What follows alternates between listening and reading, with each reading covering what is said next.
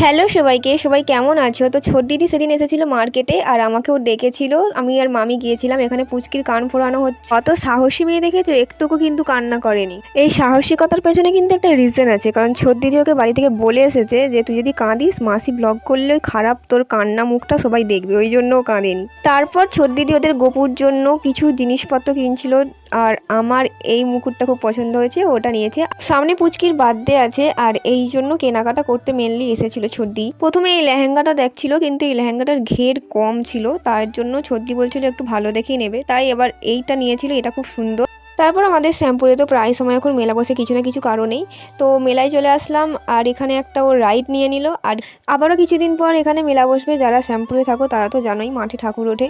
আর পুজো তো মাত্র হাতে গোনা কটা দিন। তারপর খেলাম আইসক্রিম, আর চারিদিকে কেনাকাটা করতে করতে প্রায় সন্ধে হয়ে গেছিল। এনার সাথে আবার দেখা হলো, প্রচুর কেনাকাটি করেছে মেলা থেকে। চলো বাড়ির দিকে যাওয়া যাক।